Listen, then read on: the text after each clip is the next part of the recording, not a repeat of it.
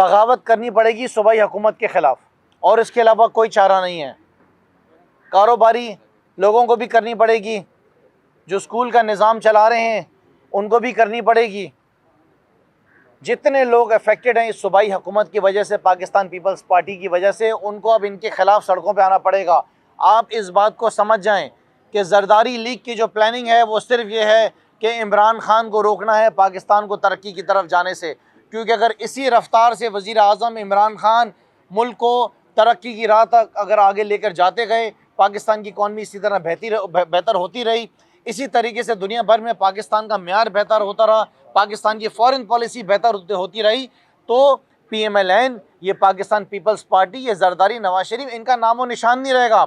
मैं आपको बता रहा हूँ, अपोजिशन करने के लिए तहरीक इंसाफ को किसी नई सियासी जमात की ज़रूरत पड़ेगी, इनका कोई काम नहीं हमारे सामने। मैं तो ये कहूँगा कि वालिदैन को अब घरों से बाहर निकलना चाहिए, टीचर्स को घरों से बाहर निकलना चाहिए, स्कूल्स की जो एसोसिएशंस हैं उनको सूबाई हुकूमत के ख़िलाफ़ बाहर निकलना चाहिए।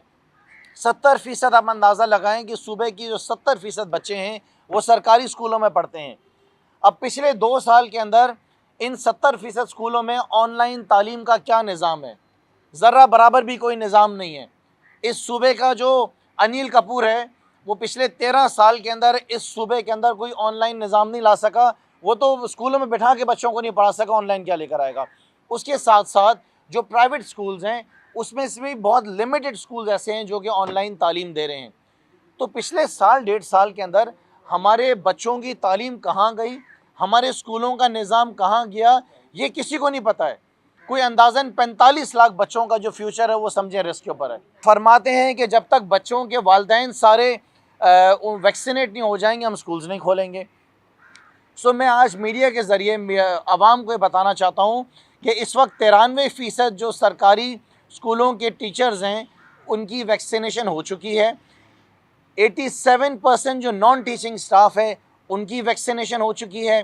71% टीचर्स जो प्राइवेट स्कूल्स के हैं उनकी वैक्सीनेशन हो चुकी है, और 74% जो नॉन टीचिंग स्टाफ है उनकी वैक्सीनेशन इस वक्त मुकम्मल हो चुकी है। भाई जलसे हो रहे हैं, अभी सुना है कि PDM ने वापस अपना जलसा अनाउंस कर दिया है, तो पाकिस्तान पीपल्स पार्टी भी तो PDM का हिस्सा है ना। तो सूबे में, शहर में जलसे हो सकते हैं, शादियां हो सकती हैं। ये अपने हलकों के अंदर मुराद अली शाह इस सूबे के नलायके आला जलसे कर सकते हैं, ईद पे जाके बड़ी बड़ी महफिलें सजा सकते हैं। इनके पाकिस्तान पीपल्स पार्टी के डिस्ट्रिक्ट सेंट्रल में छोटे छोटे बड़े जलसे हो सकते हैं, लेकिन स्कूल्स नहीं खुल सकते हैं। ये वो सूबाई हुकूमत है जिसके बारे में बड़ा मशहूर है कि 13 साल के अंदर एक बस ये नहीं फराहम कर सके। इसी तरीके से 13 साल के अंदर जो है ये तालीम के निज़ाम को भी बेहतर नहीं कर सके। और आप याद रखें कि ये और ज़्यादा ख़राब होगा।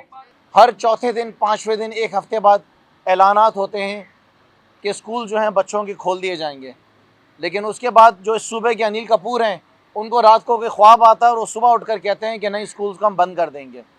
हमने देखा कि इस सूबे का एक वज़ीर तालीम सरदार शाह जो कि नाकाम हो गया, जो सूबे के अंदर तालीम के निज़ाम को बेहतर करने में फ़ेल हो गया, उसको सूबे के वज़ीर आला ने हटा दिया उसकी फेलियर की बुनियाद के ऊपर, और उनको हटा के सईद गनी साहब को जो है वज़ीर तालीम बनाया गया, और ये बताया गया कि वो नाकाम हो गए इसलिए हम एक बेहतर ऑप्शन लेकर आए हैं।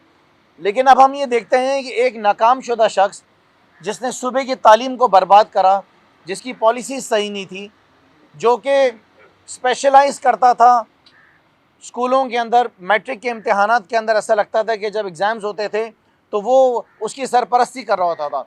उस शख्स को जो है आज वापस सूबे का वज़ीर तालीम बना दिया गया है। तो जो नाकाम शुदा शख्स था उसको वापस लेकर आ गए हैं। कल वज़ीर आला साहब ने एक प्रेस कॉन्फ्रेंस करी और प्रेस कॉन्फ्रेंस में उन्होंने फरमाया कि हमने फ़ैसला करा है कि कोविड के केसेस की वजह से हम स्कूलों को बंद कर रहे हैं। पहले इन्होंने शहर को बंद कर दिया, फिर उन्होंने अब स्कूलों को बंद कर दिया है। सो मेरी समझ में नहीं आ रहा कि पाकिस्तान पीपल्स पार्टी की जो सिंध हुकूमत है, इनकी कराची से दुश्मनी क्या है। वो क्या दुश्मनी है जिसकी बुनियाद के ऊपर किसी न किसी ज़रिए ये कराची से अपने बदले लेते रहते हैं।